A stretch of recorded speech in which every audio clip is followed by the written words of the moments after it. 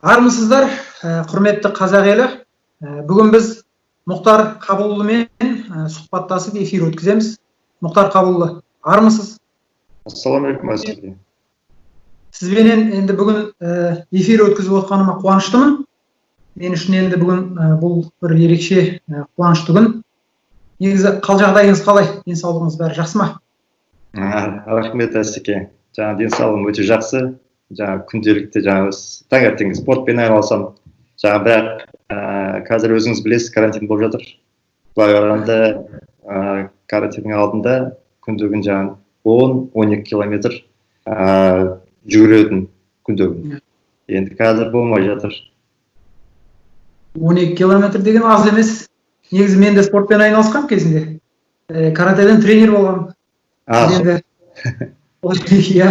Оған да біраз уақыт өтіп кетті ғой. 2006 жылдарға дейін айналысқанбыз. Балаларды жүгіртетінмін ауылда. Онда біз бір шамамен бір 7-8 шақырым жүгіртетінмін балаларды. Мен күндігін жаңа 10-12 километр содан кейін ол таңертең. Кеш жақын жаңа 2,5 сағат жүремін. Жүргенде 15 километр солай жүремін. Содан кейін денсаулығым дұрыс болады. Өте керемет, ол өте жақсы нәрсе. Францияның ауа райы қалай негізі? Қазақстанның мынау қысынан сақылдаған ыстық жазынан айырмашылығы бар ма? Қазақстанның ауа райын сағындыңыз ба? Былай айтқанда, жаңа Франция ауа райы өте жұмсақ, өмір сүруге өте қолайлы. Жаңа осы Франция әдемі жер. Жаңа интернеттен қарасаңыз көресіз өзіңіз. Теңізде, тауда, орманда бәрі бар. Енді мұнда қыс болмайды. Орта температурасы 5-10 градус қыста. Аяз да жоқ, боран да жоқ. Бәрі өте жақсы. Әдемі жер. Карантин қалай өтіп? Негізінде қамалып отырған шығарсыз. Қазір бір ай болды ғой, карантинда отырамыз. Мен жаңа далаға шықпаймын да. Бір ай болды. Қазір жаңа өзіңіз білесіз, карантин жаңа қалай айтады? Вирус, коронавирус дейді ғой оны. Өте қауіпті ауру, өте қауіпті. Жаңа осы Европада, Европа бәрі жабық қазір. Күндігін 500-600 адам қайтыс болып жатыр. Америкада 3000-5000 адамдар қайтыс болып жатыр. Сонда бізде Қазақстанда қалай болып жатыр? Карантин сізде қалай өтіп жатыр? Бізде карантин біздейінше ондай түсінік жоқ біздің Қазақстанда. Мен бүгін арнайы жаңағыдай Фейсбукта бір сұрау салдым халыққа жаңағыдай. Сіздер коронавирустың бар екеніне сенесіздер ме? Я или жоқ, немесе жоқ деп жауап берсеңіздер деп. Онда бір шамамен 123 адам жауап беріпті. Соның ішінде 19-ы сенбейді де, біреуі ғана сенеді де, мысалы. 20 адамның біреуі ғана сенеді. 20 адамның біреуі сенеді ме сонда? Қалай болған? Бір жоқ деп келеді. Сенбеймін, өтірік осындай. Бұл үкіметтің, биліктің істеп отқан өзінің саясаты деп осындай көзқарастар бізде мүлде мынау коронавирустың бар екеніне, оның мынау қауіпті екеніне бізде мүлдем сенбейді. Сосын мысалға мынау осы бір 2-3 күн болды. Негізі бізде 15 мамырға дейін карантин. 2-3 күн болды. Кейбір мысалға мынау жекеменшік емханалар, кулинария, мысалы мен сұрастырдым бұл кісілерден. Жаңағы сосын СТО, шиномонтажкалар жұмыс істеп жатыр. Көшеде мысалы қазір кішігірім пробкалар пайда болды. Алдында көліктер өте аз жүретін, қазір пробкалар пайда болды. Машиналар көп. Адамдар шаршап кетті ме, отырып үйде. Сосын маскасыз жүреді көбі. Маска жоқ. Балалар аулада ойнап жүрген балалар көбейді қазір. Алдында полицейлер қуатын. Қалай болды? Сенбейді ма? Маска жоқ деп жүрме, сенбейді ма оған? Сенбегенде бізде видеолар көбейіп кетті. Мына интернет арқылы. Қазір мысалға телевизордан енді жақсылап айтып жатыр. Бұл жерде бұл коронавирустың қауіпті екендігін, оның бәрін айтып жатыр. Бірақ қазір көп халық телевизор қарамайды, қазір бізде интернетті қарайды. Ал интернетте өте көп видеолар. Жаңағы мен сұрастырдым бүгін тағы да арнайы. Осы қандай видео көп көресіз? Оның коронавирустың қауіптілігін айтатын видео көп па, әлде қауіпсіз, бұл өтірік, бұл саясат деген видеолар көп пе десе, жаңағы оған сенбейтін видеолар көп екен. Өтірік деп айтатын видеолар көп та, осыған халық соған сеніп алған. Сенбейді ма? 3000, 5000 сол адамдар қайтыс болғанын сенбейді ма біздің адамдар? Қалай болды? Бүгін мысалға мен жаңа опрос жасағанда ол жерде айтады, бұл бір тұмау сияқты дейді. Одан аса көп өлмейді адам, одан біздің төтеп береміз оған деген сияқты жеңіл желпі ойда жүрген адамдар. Мынаған сенбей жатыр. Европаның бәрін жаққанын көрген жоқ па біздің адамдар? Оның бәрін естідік қой, көрдік қой, бір қорқыныштар өтті ғой, ана шошынған. Сосын тағы да бір видеолар пайда болды жаңағы. Бұның бәрі өтірік, оның бәрі жасанды, жаңағы әдейі жасалған видеолар, шын мәнінде бүкіл мысалы скорыйдың машиналарын көрсетеді, толып тұрған, бос тұрған поликлиникаларды көрсетеді. Сондай видеолар көп та, сол өтірік деп жатқан нелер көп.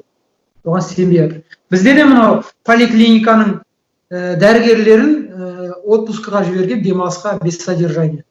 Оларды мынадай жағдайда карантин уақытында олар үйлеріне бос жіберген, қоя берген. Осындай жағдай. Мен оны түсінбеймін.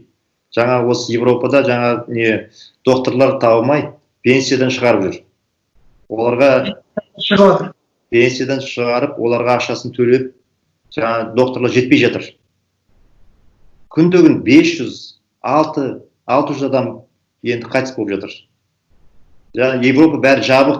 Маған спортпен айналысуға болмайды. Далаға шықпаймыз. Жібермейді. Өте қиын. Соған шыдамай жатыр. Енді бір қызығы, Мұхтар Қабылұлы, бір қызығы, полицейлер ауырмай жатыр бізде. Бізде дәрігерлер ауырып қалып жатыр. Неге екенін, жаңағы 20% дәрігерлер екен. Ауырғандардың мен естігенім бойынша 20% дәрігерлер екен. Бірақ полицей ауырды дегенді мен естіген жоқпын. Мен жаңа естідім ғой, бір адам ауырып қалды деп, жаңа полицияда жұмыс істеп жүрген.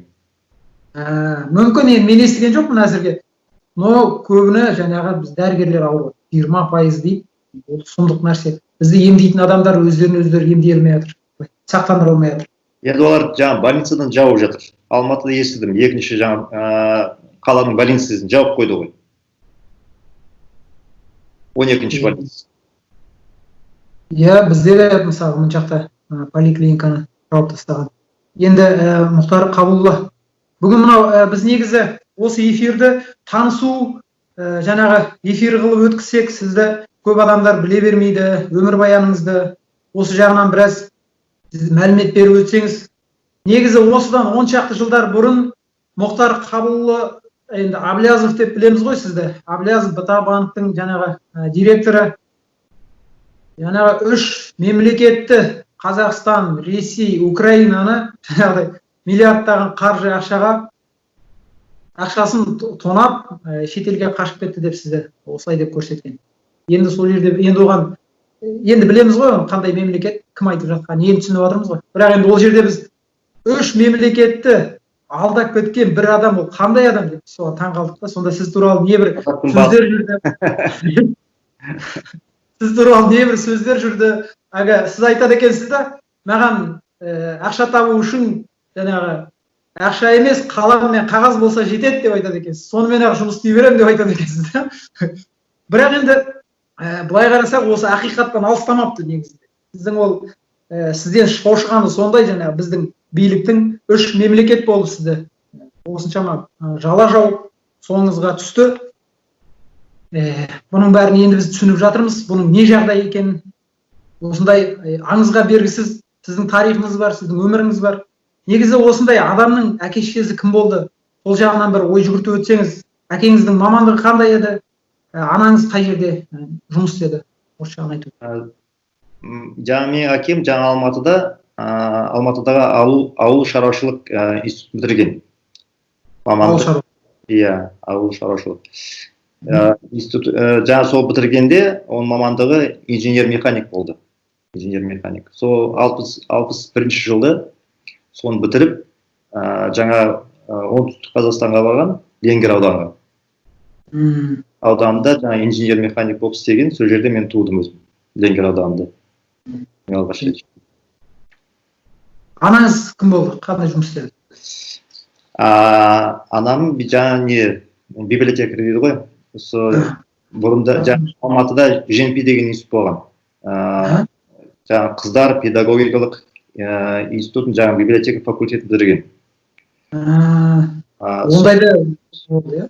Иә, сол жаңа GNP педагогика институты бітірген маман жаңа библиотекар.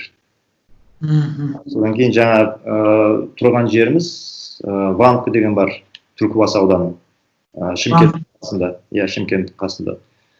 Сол жерде жаңа библиотекада жұмыс істеген менің мамам. Сол жерде жаңа мамандығы осы библиотекар. Ал енді Мұхтар Қабыл, негізі осы әке-шешеңіздің сіздің қалыптасуға деген ықпалы қандай болды? Негізі мысалға енді әр адамның қалыптасуына қазақ айтады ғой, адамның бір ескіден қалған сөз бар, адамның екі әулиесі бар дейді, ол әкесі мен шешесі дейді. Бұл енді екі адам, ол ешкім орнын алмастыра алмайтын, сіздің өмірге келуіңізге жаңағыдай ықпал жасаған адамдар, сондықтан ол кісілердің орны ерекше, және ол кісілердің берілген тәрбиесі ол ең бірінші сіздің өмірге деген жол бастауыңыз болады. Осы әке-шешеңіздің сіздің қалыптасуға деген ықпалы қандай болды? Сол жайынан айтып өтсеңіз. Жаңа мен әкем туралы айтсам, есімде қалғаным, сол мен 5 жасымда мені шахматқа үйреткен. 5 жасыңызда? Иә, 5 жасымда үйреткен. Сол үйге шахматта әкеліп, мені жаңа отырғызып, әр фигура қалай жүретін, қалай ойнауға керек, сол маған үйреткен. Сол шахматты үйреткенім есімде қалды. Содан бері жаңа шахматтан ешқашан тастаған емеспін. Сол шахматпен айналысып, қазір де айналысып жүрмін. Өз өмірімде сол шахмат маған көмектескен, өте жақсы көмектескен. Шахматист деп айтады екенсіз. Анам туралы айтсам, жаңа осы жаңа айттым ғой, мен анам жаңа кітапханада жұмыс істеп жүрген. Иә, сол совет кезінде жақсы кітаптар дефицит болған. Табылмайтын кітаптарды үйге бізде үйімізде жақсы библиотека болған. Өте дұрыс кітаптар, жақсы білім алуымға маған көмек берді. Негізі кітап ауылда тұрдым. Ауылда болғанда, жаңа қалада тұрмағанда, жаңа дұрыс білім өте қиын алуға. Сол маған шешем солай көмектесті. Үйде өте жақсы кітаптар болды. Кітапқа да құмарлығыңыз жақсы болған ғой онда? Иә. Енді менің де әкем негізі кітап құмар. Ол кісі маған әйтеуір жұғысты болған бір өнегесі. Бір рет байқағаным, тіпті оны оқып отқан кітабынан аңғармай отыр да, өзі қолында шылымы бар. Шылымымен өзінің көйлегін күйдіріп алған да үстіндегі. Түтіннің иісі шығады, мен қараймын, енді қарасам, әкем кәдімгі күлі болып тұр, күлі де түспеген. Олай отыр, кітапқа беріліп кеткендігі сонша. Енді сондай қасиеті бізді әйтеуір кітапқа кішкене жақын болып өстік. Иә, дұрыс. Әкем бір қызып алғанда айтатын, өзің енді бір тәрбиесі, өзің ешкімге тиіспе дейтін, тиіскен доңдырма дейтін. Енді біз 30 жыл бойы осы Назарбаевқа тиіскен жоқпыз ғой билікке. Билік бөлек болды, біз бөлек болдық. Енді ол халыққа өз тиісті деп отырмыз. Енді сол көмектеспесе, оған біз қарап еміз ғой. Иә, қарап отыруға болмайды. Әке-шешеңіз қазір қайда тұрады? Әке-шешеңіз? Әке-шешем қазір жаңа Америкада тұрады. Енді алғашқы 2009 жылда мен жаңа Англияға кетіп қалдым ғой. Оларға қысым жасайды деп, мен жаңа туысқандарыма айтқан, кетіңдер Қазақстаннан. Олар бәрі содан кейін жаңа алдымен Дубайға кетті. 3 жылда тұрып, содан кейін әке-шешем жаңа Америкаға кетті. Америкада жаңа менің қарындасым бар. Қарындасым оларды қолына алды. 18 жыл болды сол Америкада тұратын менің қарындасым. 18 жыл болды, иә? 18 жыл болды. Жаңа ең алғашқы 2002 жылда жаңа біз ДВК-ны ұйымдастырдық қой. Иә. Содан кейін мен түрмеге отырғызып, менің қарындасым артынан қудалады. Сонда түрмеге отырғызған деп, ол қашты. Жаңа сол кезде жаңа больницада болған. Түрменің халатымен алдымен Бишкекке қашып, содан кейін жаңа Турцияға, содан кейін Америкаға кетті.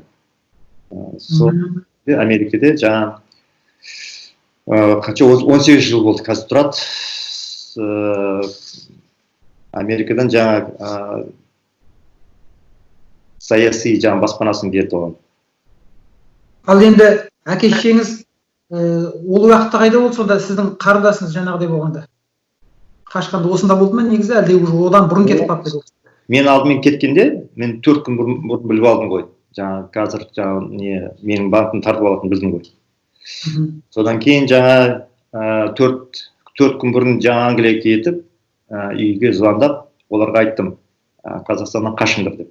Олар бәрі Дубайға кетті. Дубайда 3 жыл тұрып, жаңа содан кейін Америка кетті. Оларды Дубайдан тауып алды ғой. Жаңа КНБ жолына бәрін қарап, жаңа слежка жасап, ол жерді қудалады. Содан кейін жаңа ол жерге түрмеге түсіп қалады деп, мен қорқып оларға айттым, жаңа Америка кетіңдер деп. Олар сол жерге кетті. Енді Америка қанша жыл болды? 8 жыл тұрып жатыр. 8 жыл Америкада тұрады. Тіл мәселесі қалай болды? Енді негізі Қазақстаннан шықпаған кісілер ғой. Қазақша, орысша білер. Иә, әкем 2 тілді біледі, орысша, қазақша, оларды 2 тілді жақсы біледі. Анам болса, жаңа ол тек қана қазақша сөйлейді, орыс тілін біледі. Орыс тілін білгенде онша жақсы білмейді. Шешеңіз ба? Иә, анам орыс тілді сөйлейді, бірақ өте жақсы сөйлемейді. Содан кейін жаңа Америкаға барғанда олар ақш тілін білмейді. Әкем де білмейді, анам да білмейді, екеуі де білмейді. Оның қасында жаңа мен қарындасы жоқ ғой. Қарындасымның аты Гаухар. Соларға көмектесіп, солармен бірге бір үйде тұрады. Көрмегеніңізге қанша уақыт болды дейсіз? Көрмегеніме жаңа 11 жыл болды. 11 жыл. Жаңа осы телефонмен, смартфон сөйлесіп, жаңа компьютермен сөйлесіп, мына болмаса қиын болатын еді. Осы аптасына 1-2 рет сөйлесіп, жаңа видеоконференция қойып сөйлесеміз солай. Сол жағы жақсы болып тұр. Түсінікті. Сізді негізі түрлі ақпараттар жүріп жатыр ғой енді, сіз туралы. Ол жерде бір қағанағы қақ, сағанағы сарық, керемет бір адам деп, бүкіл жағдай жасалған деп, бұл қашып кетті да енді шылқып отыр деп көрсетеді сізді. Енді олар, мысалы, сонда осындай бір қарапайым құндылық, бұл әке шешесімен, өзінің туғандарымен мүлдем бөлек жан-жаққа шашылып кету деген, ол мүлдем өте қиын жағдай. Сіздің енді еңбегіңізді көріп отырмыз біз. Сізге күш қуат берсін. Шаршамаңыз. Ата-анаңызбен қауышуды тілектеспіз. Жаңағы бауырларыңызбен, ата қарындастарыңызбен қауышыңыз. Сондай бір қарапайым, жанұялық құндылық, жанұялық бақытқа, сондай толыққандылыққа жетіңіз деп тілеймін. Енді Мұхтар Қабылұлы, менде мынадай бір сұрақ бар. Негізі мен солтүстіктің қазағымын. Біздің жақта, енді өзіңіз білесіз, солтүстікте бәрі орысша сөйлейді, бірақ енді мен өз басым орысшаға шорқақпын, өйткені ауылымыз қазақ ауылы. Бізде жаңағы қазақ мектебі болды, одан кейін қазақша колледжде оқыдым, бүкілінде қазақша болды.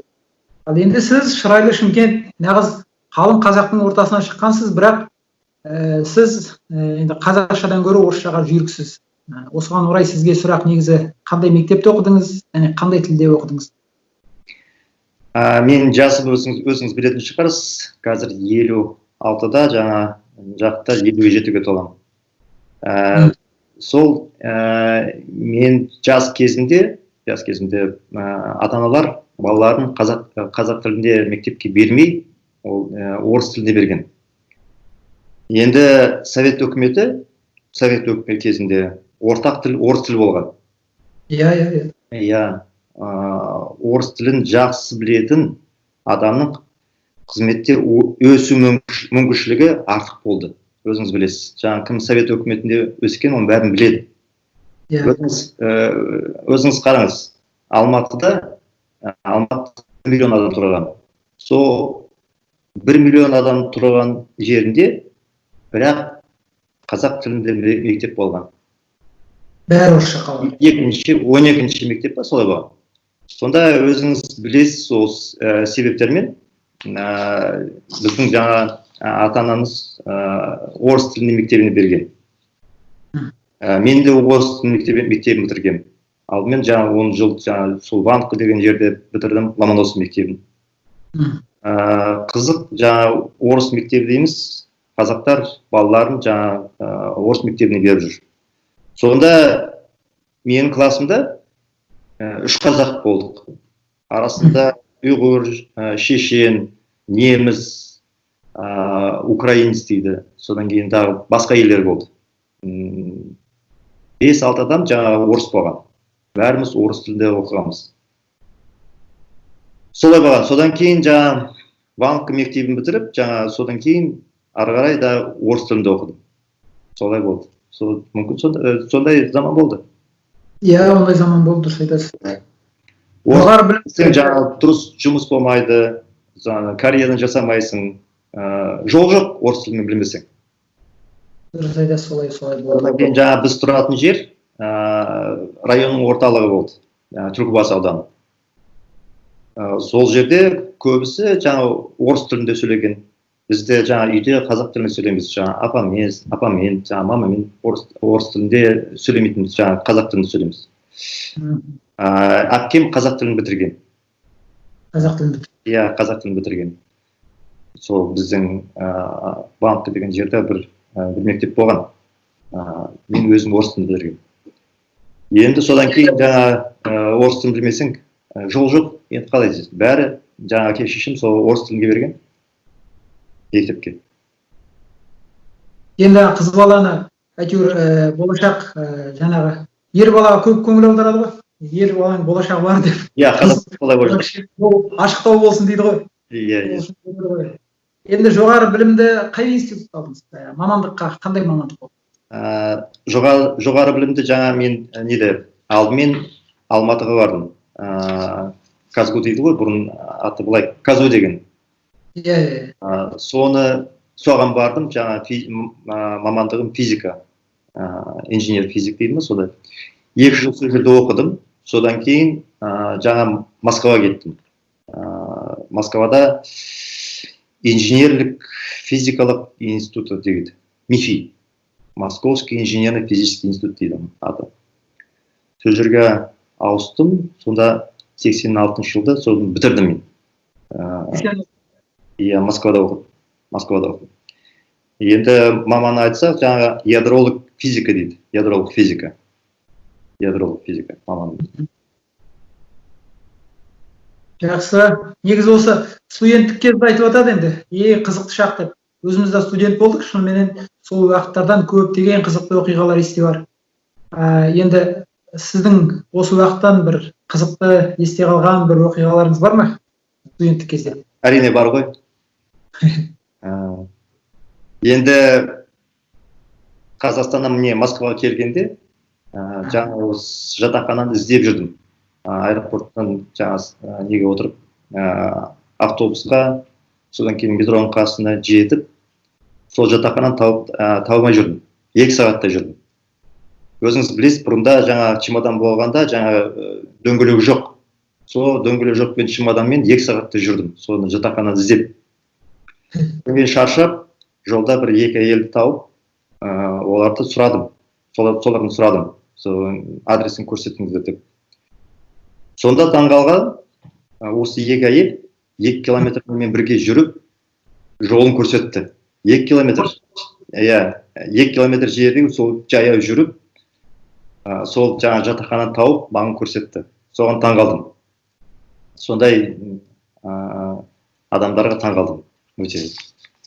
Болады, әрине. Өз жолдарын бұрылып, маған қамқорлық көрсеткендеріне осы таңғалдым.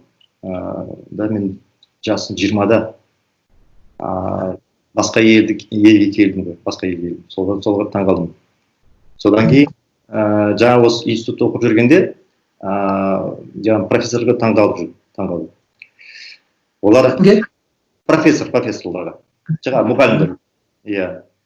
Өздері де қарапайым, білімдері мықты, жұмыстарды өте жақсы біледі. Содан кейін біздің замдеканы болды ғой, бір әйел. Мен бір кезде ауырып қалып едім, сол мені жаңа институтты көріп, кеш жақын біздің общежитиеге келіп, өзі горчичник сатып алып, маған жаңа қарсылығыма қарамай, горчичникті мен арқыма қойып, иә, көрдіңіз бе қалай болып жатыр.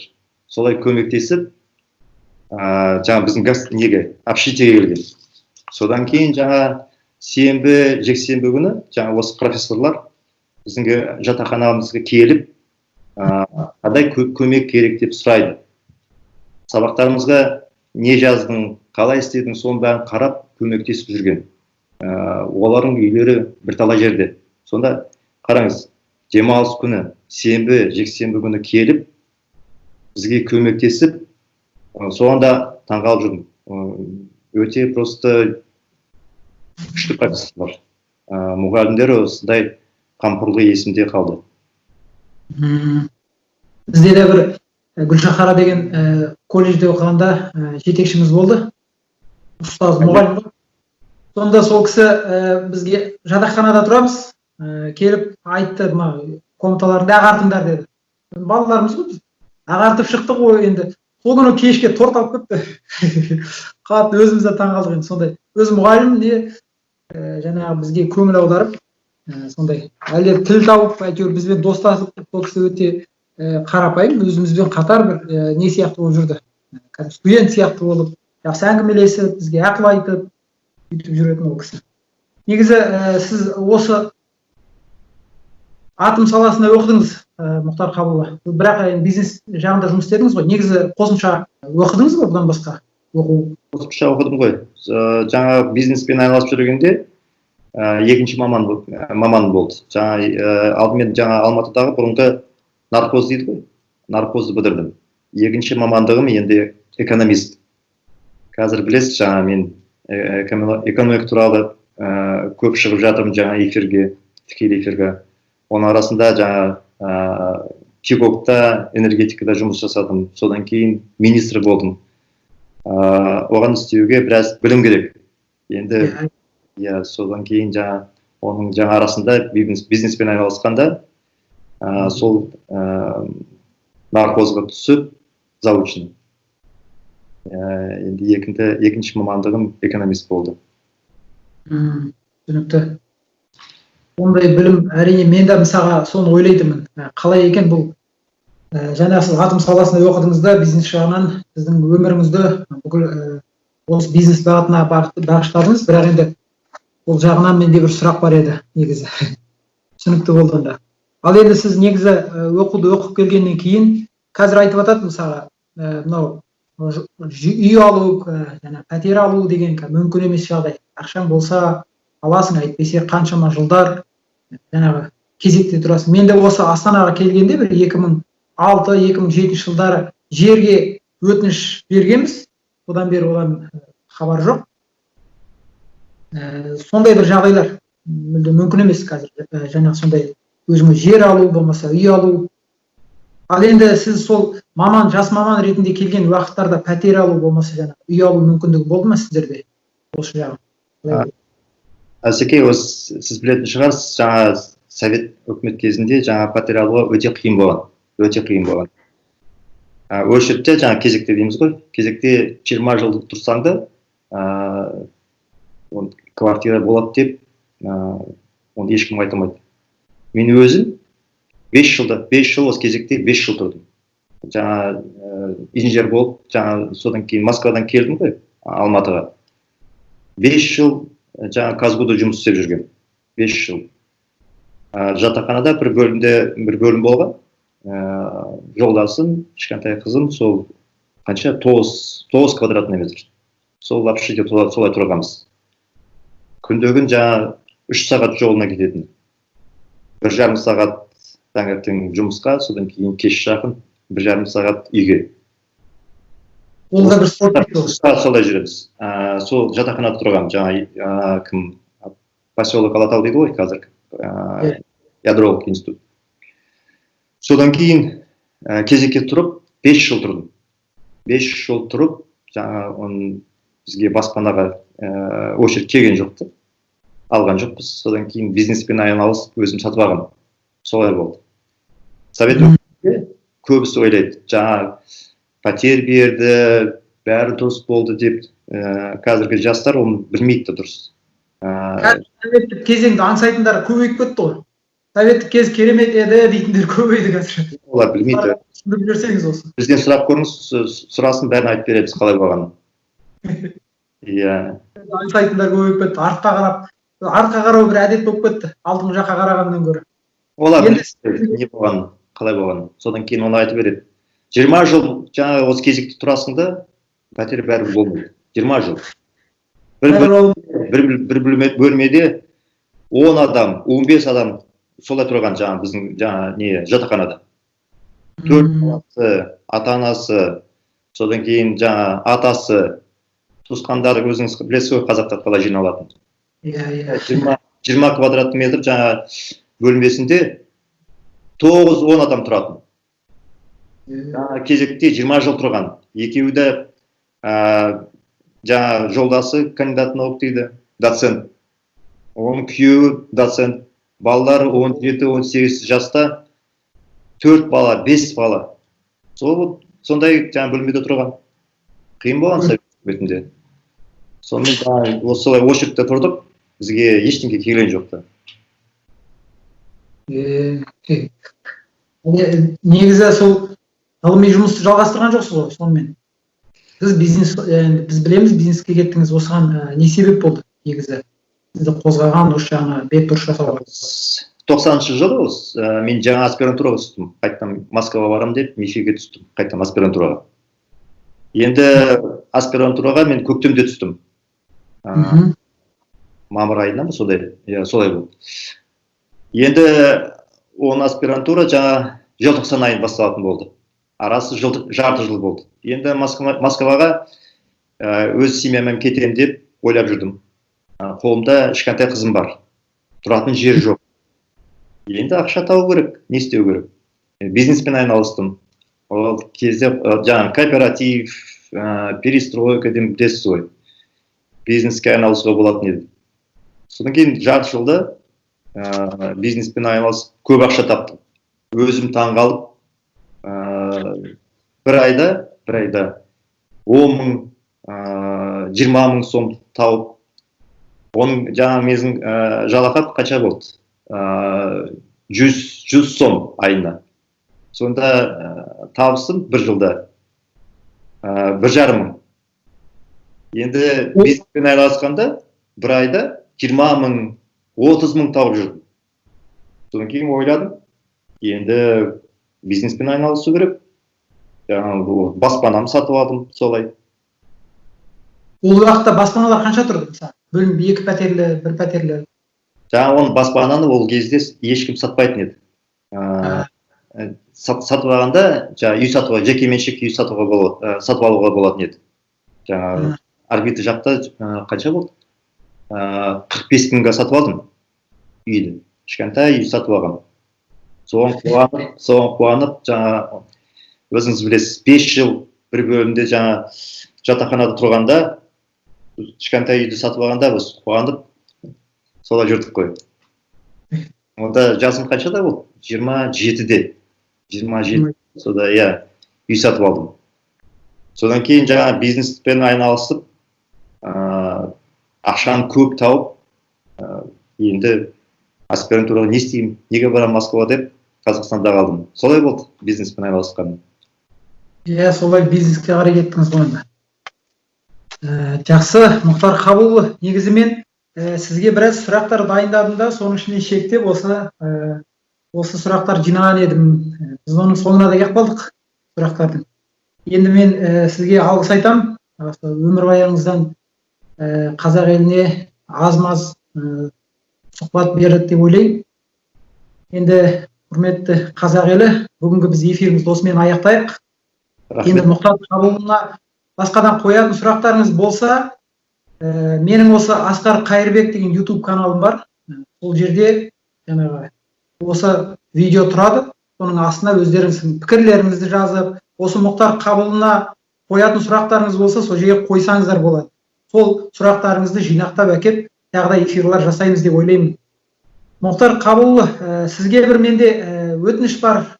Мысалы бізде Астана көше партиясының жаңағыдай бір филиалы сияқты бізде Астана белсенділері деген топ аштық. Оған себеп болған енді жағдай бар. Ол мынау Дулат Ағаділ, Аманбике Хайролла, білесіз ғой, ол Иә. кісілерді жазықсыз жаңағыдай өмірлерін қиды мына билік. Сондықтан біз осы Астананың төңірегіндегі белсенділерді ертеңгі күні біз тағы да қапы қалмайық деп солардың басын қосайық деген мақсатпен осы Астана белсенділер деген топ аштық. Соны міне бүгін біз енді оның атауын Астана Ағаділ тобы деп мына Дулаттың құрметіне өзгерттік атын. Иә, естігем оны. Кеше 2600 еді, бүгін 3700-дей адам жиналды бүгін. Енді бір күнде енді 1100-ге артты қазіргі осы уақытта. Енді сол жерге сізді мен қонаққа шақырамын, бір эфир өткізіп, өзіңіздің тілегіңізді айтып, бір сұхбат өткізіп жіберсеңіз, мысалы бір сенбі күні 2 мамырда кешкі сағат 9-ға сізді сол жерге қонаққа шақырамыз. Келістік, жарайды. Жақсы. Иә, рахмет. Жақсы. Жақсы, онда сау болыңыздар. Жақсы, сау болыңыз. Рахмет. Жақсы, сау болыңыз.